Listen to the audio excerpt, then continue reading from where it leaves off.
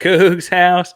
It is August 2023, but we have a whole lot of future Cougars to talk about, including people in the class of 2024, 2025, and maybe the impact of all of this conference realignment beyond that.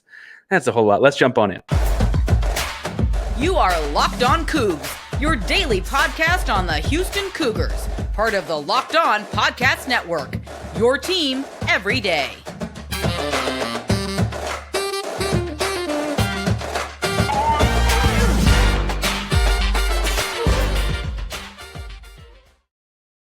Welcome to Locked On Coogs, a daily podcast all about your Houston Cougars. I am your host, Houston-born teacher and coach Parker Ainsworth, here to break down all things Cougs. If you're a U of H fan or just a hater who can't stop by, please be sure to hit subscribe down below. That way we can lay us on the Cougs in your newsfeed each and every day. We appreciate you making Locked On Cougs your first listen of the day. And welcome back to the YouTube channel. It's good to see you again. It's good to see you each and every day here at Locked On Cougs. Remember, we're doing a giveaway every 250 subscribers. We've got a Locked On Cougs hat handout at 1,500.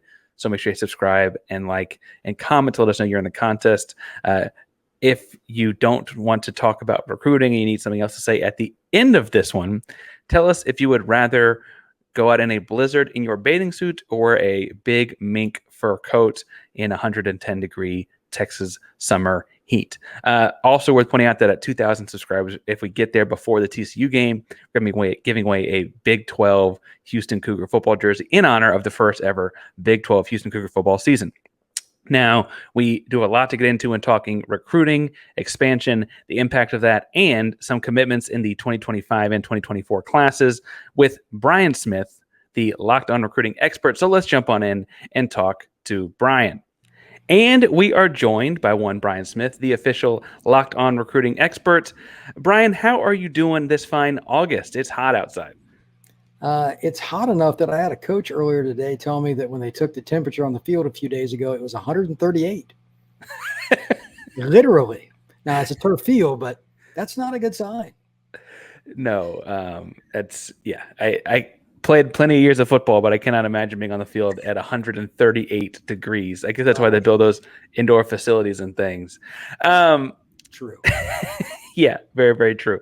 Brian, I want to talk some about conference realignment and recruiting specific to Houston. But I think there's a lot of folks in Houston and Big 12 country eager to see the thing continue to grow.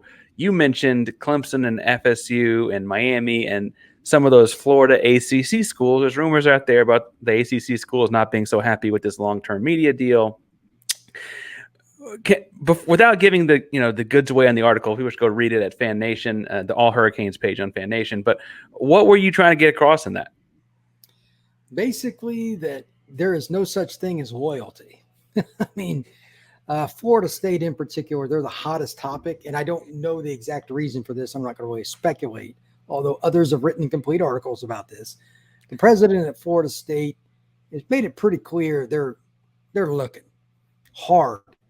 And the media deal is, again, I know you've probably heard this a million times, and so have I, and so have the listeners. The people that signed that thing, that's on you. It's 2036, isn't it? I mean, who the world would – why would you project so far? What are you doing? But they're stuck in a really ugly, endless time loop. And like Florida State, for whatever reason, doesn't have the same kind of boosters you might attribute to Alabama, A&M, and some other schools, and they're trying to compete with them for facilities and NIL, etc. So their way around it, the Big Ten money, just think about this. With what's going on in the Big Ten, obviously they're gobbling up a lot of different places, and they've got huge fan bases, etc. You're going to have schools literally like Northwestern making as much or more money than Florida State. What is wrong with that? And if you're Florida State, obviously I get it. The one that sticks out to me is Rutgers. As much as fun as it is, it's fun when Rutgers is good, but that Rutgers is making more money than a lot of schools in college football, I think, is driving a lot of people crazy. Great point. Money is not the only thing involved in this, but it seems to be the predominant thing, so I don't want to skirt past it too fast. How does all of this conference realignment, these national conferences, the Big 12 particularly, is going to be in 4 different time zones in the 2024 football season. That's in part, I guess, because Arizona doesn't do daylight savings time. But, um, how does that impact recruiting when you're playing in a national conference, in football specifically? I just had this discussion with a couple other people, and this is the quote unquote new work in progress, especially where I live in Florida. The Florida kids live in a very small bubble. They have no idea what you're talking about. They wouldn't know how many time zones there are in the United States. And I'm not kidding. Like if you pointed to a map and said, show me Utah, they wouldn't know. It's just a different world down here. But I think eventually, especially parents, they're going to be like, look, son, you like Coach X at school Y, and that's great. But they're going to play down here once a year, maybe. And you're wanting to go all the way out. You know what I mean? Like recruiting is going to have some new nuances because it's cool. Like Utah's going into the Big 12. I mean, that's a win right there on so many levels for the obviously great football program.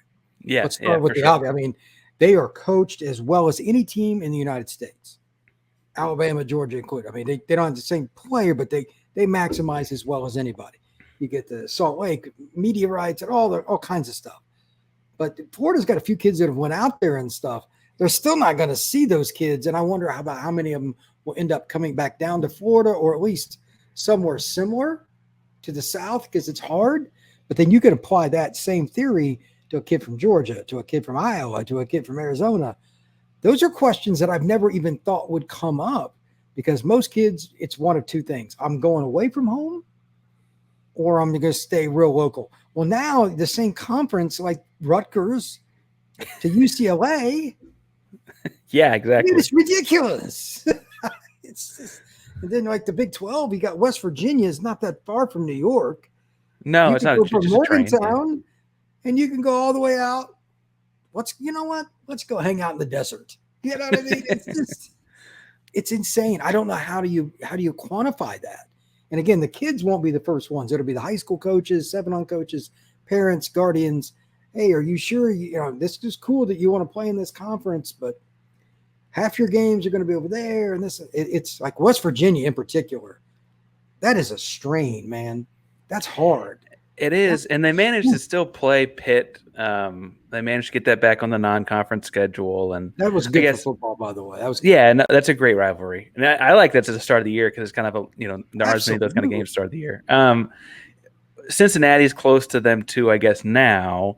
Do you think that there's any difference with Texas having 4 Big 12? I mean, they're not close together because Texas is the state of Texas, but TCU, Texas Tech, Baylor, and Houston, and then I guess to some degree Oklahoma State's not far, right, are all kind of in the same region, but then they're in this national conference. Does that yin and yang have changed anything, or is it really just too big of a crapshoot right now to tell?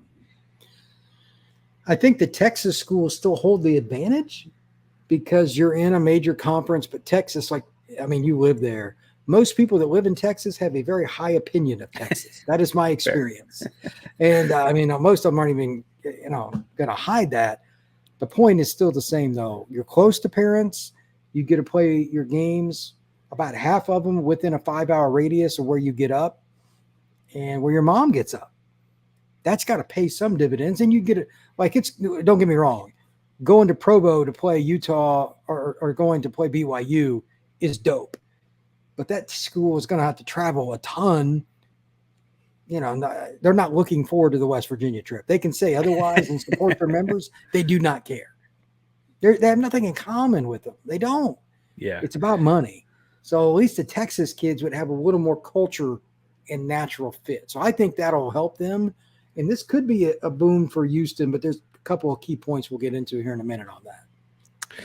Well, and before we get into the other players, my last question, but after reading what you wrote for All Hurricanes, again, you can go check out what Brian writes at All Hurricanes all the time. It doesn't sound like you think this is slowing down. I was going to ask, do you think this ever slows down? But it doesn't sound like you think it is. Well, there's 2 points to that. Number one, if you're like some of the people in the ACC and think, let's just sign a 15 to 20-year deal, then it slows down.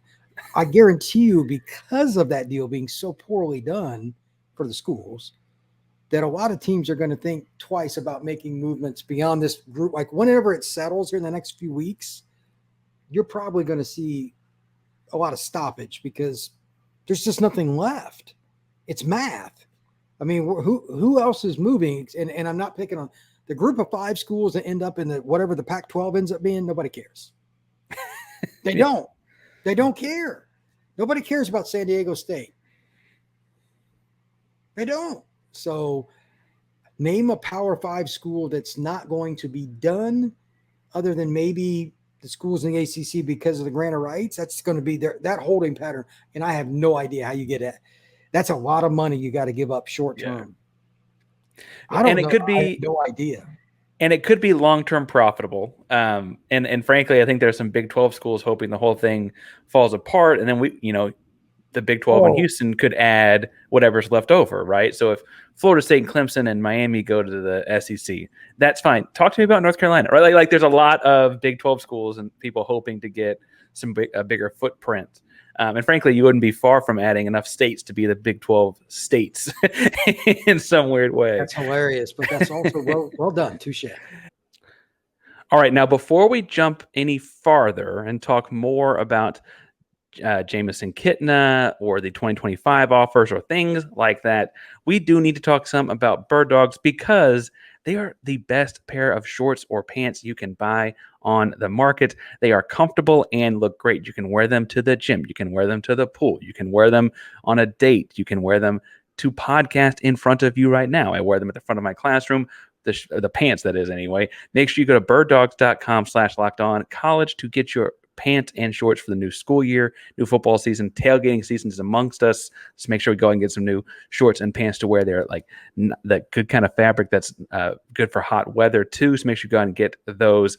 I have mine on right now, but I'm not going to stand up and tell you that you should wear them because that'd be me putting my pants into the camera. What I will say, however, is that you should go to birddogs.com/lockedoncollege, enter that promo code LOCKEDONCollege for a free white hat like the one I have on right now, like the one Brian has on right now, as well. He's chuckling off screen.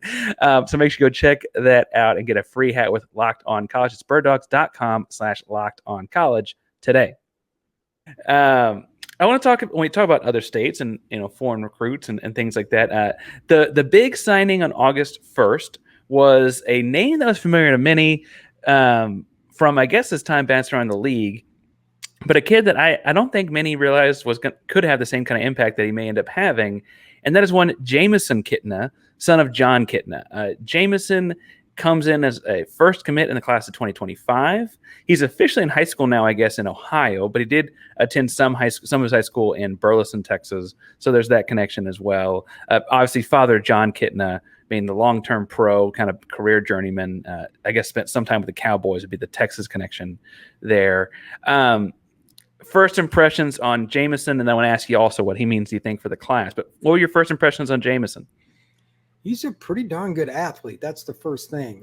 His video showed him taking off on a fake, going around the end. And I'm like, oh, he can scoot.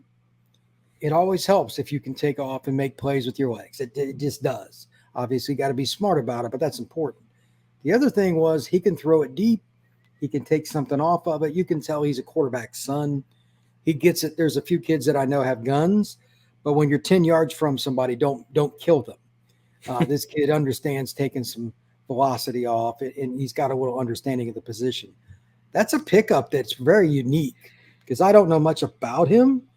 I didn't know he was a recruit or whatever, but I don't even know where Burleson, Texas is. I've heard of it, but that's whatever. But he's obviously a pretty good player if a guy that runs an air raid offense wants him on his team. So that's the other thing to look at. What is it? So having done recruiting broadly for a long time now, when you see, August 1st for the 2025 class is a big deal because the first day the coaches can make the initial contact right with kids, and to have a commitment on August 1st from a quarterback with a pedigree where his dad did play, he's working with pro trainers and that kind of stuff. What kind of things can Houston fans look forward to in the rest of that class now they have a fairly important position kind of nailed down? Not fairly. It is the position. Let's be honest. Yeah. I mean, it's just true. I would say it's a really good sign for them because you can tell we have an NFL quarterback son, and you can watch the film. He's a good player. Why don't you come here and play with us? The Big 12, it just got better. The league's going to be very dynamic. I think it got better. Especially with the Utah is a very important deal. because that gives them a team that could make the playoffs really quick and do something. I mean, that matters. They need somebody to win a playoff game pretty quick once 24 gets here. But anyway, they're going to have a chance to build on a class with Texas kids. Like we're going to talk about North Shore and some of these other. If you're going to get some of those kids, you need a splash. Getting a splash at quarterback right out of the gate. Can't do any better than that. Houston has got an incredible tradition at the quarterback position anyway. Klingler and Ware and different guys, but this is really unique because they're getting him in like freaking early August. That's a lot of time before he signs, obviously. Maybe he's a Pied Piper. I don't know his personality. This is also important. Is he the guy that's going to call kids, text kids? Because when a quarterback is aggressive in recruiting to help the staff, that's huge. I have no idea. But there's a chance, man, with his name and his recognition, they get a few kids they wouldn't normally get. It is a big deal. Well, and you mentioned Pied Piper, and moving into the 2024s, because frankly, we should probably make sure we reiterate that Jamison is a 2025 recruit. That's right. So that impact might take some time. But in the 2024s, I think a lot of Houstonians were kind of hoping that Maurice Williams out of Shadow Creek, the safety that flipped from LSU, was going to be that Pied Piper, right? He kind of, and then there were a handful of commitments that came right after him, and it's been kind of quiet on the 2024 front since that. Now, some of that is those kids are all getting ready to play their senior year of high school, and they have other things on their mind and what have you, and some of it's bluntly Houston also started practice. Like they've got other things going on too at the moment. The big, I think, the next domino to fall looks like is going to be Levante Johnson out of North Shore High School. Now, Houston currently has one 2024 kid from North Shore, a tight end named Caleb Thomas, who's a 3-star tight end. I think, if you start for North Shore, you might be at least a 3-star. Like that might be that kind of a program. First of all, any thoughts on Levante Johnson and his play? He's a safety, listed as a 3-star kid on some, 4-star kid in other places. What do you know about Levante? I just think he's a really good athlete. First off, he's raw. Technically, he plays some corner, some bump man and man. He can come downhill from safety. They move him around, which is also a good sign. Number one, he's experienced at multiple spots. But number two, that staff at North Shore has figured out, okay, this guy is a little bit different than some of the other kids that we might have in the secondary. Let's take advantage of that. I don't know if he's going to be a safety or a corner long term because he's got so much technical work to do, like 99.9% of the high school kid. But you can't teach his length and his explosiveness. So if they're going to get a kid like this, I don't know where he's going to start, but barring something unforeseen, he's going to be a multiple-year starter for the Cougars. And that's all you can really ask for, especially like you and I talked about when I first came on this show. Until they start getting kids from North Shore, start getting kids from like Cy Falls, Katy, Paytow, and all these schools that are churning out SEC, they have to get some of those kids. They have to get some of them. And this is a great example of that. This kid could play in the SEC. If you get him, you help your program. He's an SEC kid, and based on his top whatever list, it looks like he wants to stay close to home. And I think that Houston plays an interesting role in that, because if this was some kid from the DFW Metroplex, I don't think they'd have the same kind of inside track on him, right? But instead, being just from so close, it seems like based on the places he's listed as high on his list, he wants to stay in town or stay in state anyway. As you look at this, Houston still has just the 7 committed in 2024. They may pull in Levante Johnson, and they may have a domino of 2 or 3 in the coming days and weeks. That's still a class of 11 or 12 guys at best, right? Because once the season starts, I would hope most of the Houston coaches are focused on winning football games in the present tense. What does that mean for the football program going forward if they get into the season with just 10 kids in the 2024 class? Well, there's a lot of things you can do. The junior college ranks are something I think they'll hit. I also think that Houston, because of its location, the portal is a little easier. Whether it's a kid coming back home or it's a kid that just wants to go to a school that's got some social environment, Houston's a pretty attractive option, and they're in the Big 12, which means Power 5 now. So like UCF has been splitting high school and transfer portal about equally, and the roster improved. I don't think Houston short term will be any different. Long term, I think Houston, because Houston's a better city than Orlando. Orlando's really good, but Houston's even better for high school football.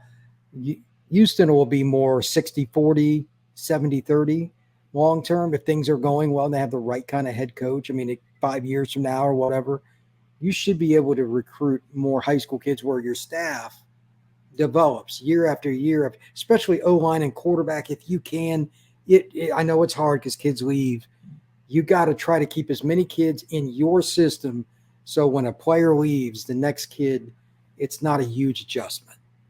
You mentioned UCF, and I'll get you out here on this. The Frankie Arthur, the new running back commitment to UCF. When you mentioned keeping kids in Houston, he is from Conroe, Texas. That man went to Conroe, Oak Ridge.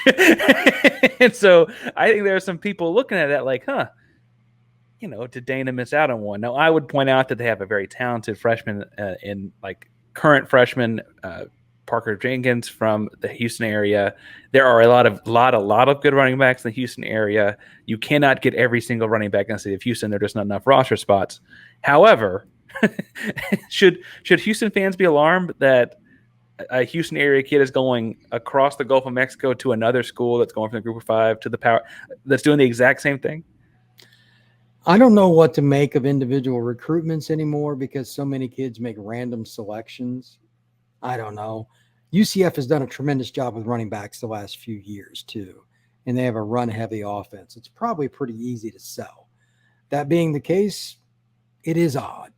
So I know flat out from talking to Gus, because I used to cover UCF, they wanted to get a few kids in Texas a year. I mean, you don't have to get too many outside of the Florida, Georgia region where they're at, because quite frankly, it's just that good. But if you're going to play in the state of Texas, like you mentioned, how many is there, 4 or 5 schools in the state that are going to be big? I mean, you're going to be there anyway, so you got to recruit it. They're going to get 1 or 2. It'll be random. So I would put it off as basically an anomaly for now. Fair enough. Brian, you do national recruiting stuff, but with a very unique look at it as a Florida guy. Where can people find you, your work, your stuff, and what are you doing lately?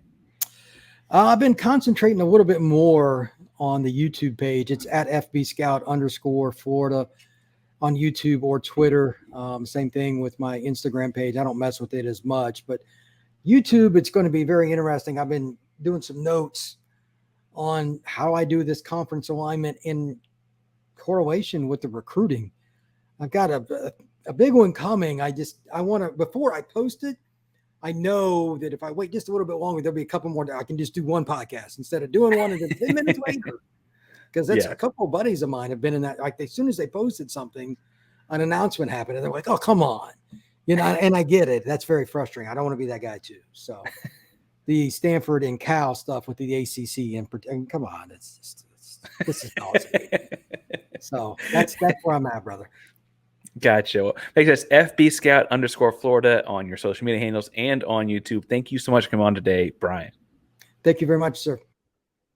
All right. Thanks so much to Brian for coming on today. It was good to talk future Cougs, and he's optimistic. I think we should be too about things going on in the future with the Big 12 and recruiting and Houston specifically. While it may not be slowing down that expansion stuff that is, I do think it's worth pointing out that the state of Texas, as he mentions, is in a very unique spot in the recruiting aspect of this landscape. Make sure you go follow him and all his things. Follow me and all my things at Painsworth5. It's PAINSWORTH 512 on Twitter, Blue Sky, Instagram, any of your social media handles.